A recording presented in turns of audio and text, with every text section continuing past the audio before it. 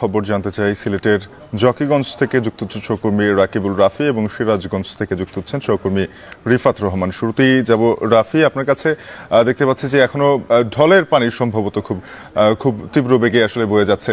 জানাবেন যে জকিগঞ্জের কোন কোন পয়েন্ট থেকে এই পানি বয়ে যাচ্ছে, প্লাবিত হচ্ছে এবং সার্বিক পরিস্থিতি কি সিলেট অঞ্চলের?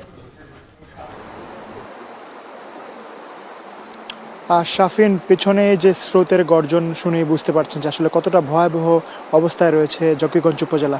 ঠিক ভারতের সীমান্তবর্তী যে অঞ্চল রয়েছে ঠিক উপজেলাটাই জকিগঞ্জ, এবং জকিগঞ্জের যে আরও কয়েকটি এলাকা রয়েছে আপনি দেখতে পাচ্ছেন যে এই মুহূর্তে আমি আছি 7 নম্বর ইউনিয়ন পরিষদের রারাইয়ে, যেখানে এখানকার যে পরিস্থিতি আপনি দেখতে পাচ্ছেন যে বাঁধ ভেঙে আসলে স্রোত লোকালয়ে প্রবেশ করছে, এবং ইতিমধ্যে অনেকেই কিন্তু যারা জীবিকার তাগিদে কৃষি জমিতে ছিলেন তারা কিন্তু এখন পানিতে নেমে গিয়েছেন, জীবিকার তাগিদে মাছ মারতে বসে গিয়েছেন অনেকেই। এখানকার প্রায় 80% যারা কর্মক্ষম রয়েছেন, কর্মজীবী রয়েছেন, তারা অনেকেই কৃষি প্রধান বা কৃষি নির্ভর রয়েছেন। অনেকের ফসল থেকে শুরু করে ক্ষেত, মাছের ঘের সব কিছুই আসলে পানির তলে প্লাবিত হয়ে গিয়েছে, এবং একই সাথে সাথে যে প্রায় এখানের রারাইয়ের যে 7 নম্বর ইউনিয়ন পরিষদে এখানে প্রায় 500 থেকে 600 পরিবার রয়েছে, এদের প্রত্যেকেরই বাড়িঘর আসলে পানির নিচে নিমজ্জিত রয়েছেন, এবং অনেকেই যারা রয়েছেন তারা অনেকেই একরকম পরিবারকে বা যারা ছোট ছোট বাচ্চারা রয়েছে গবাদি পশু থেকে শুরু করে হাঁস মুরগি সব কিছুই কিন্তু উঁচু জায়গায় পাঠিয়ে দিয়েছেন। অনেকে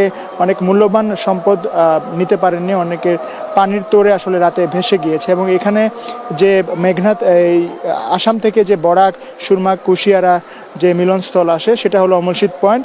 অমলশীদ পয়েন্টে কিন্তু পানির যে প্রবাহ সেটা কিছুটা কমে গেলেও আসলে একরকম সংখ্যা কাটেনি বলা চলে। গতকাল ছিল 156 সেন্টিমিটার, এখন সেটা 140 সেন্টিমিটার এসে পৌঁছেছে। এবং এখানকার যে মোটামুটি 4টা এলাকা রয়েছে, নরসিংহপুর থেকে শুরু করে রারাই, তারপরে ছবরিয়া থেকে শুরু করে মানিকপুর যে এলাকাগুলো রয়েছে সেগুলো কিন্তু একরকম এই 4টা বাঁধ থেকে কিন্তু একরকম বলা চলে যে পানি আসলে বাঁধ ভেঙে লোকালয়ে প্রবেশ করছে, এবং এই যে দুর্ভোগ যে মানুষ পড়েছেন সেই দুর্ভোগের আসলে শেষ তারা জানেন না, এবং এখন পর্যন্ত অনেকেই পানিবন্দী রয়েছেন এই জকিগঞ্জ উপজেলায়। এই ছিল আমার কাছে সিলেটের জকিগঞ্জ উপজেলা থেকে বন্যা পরিস্থিতির সর্বশেষ খবরাখবর। শাফিন।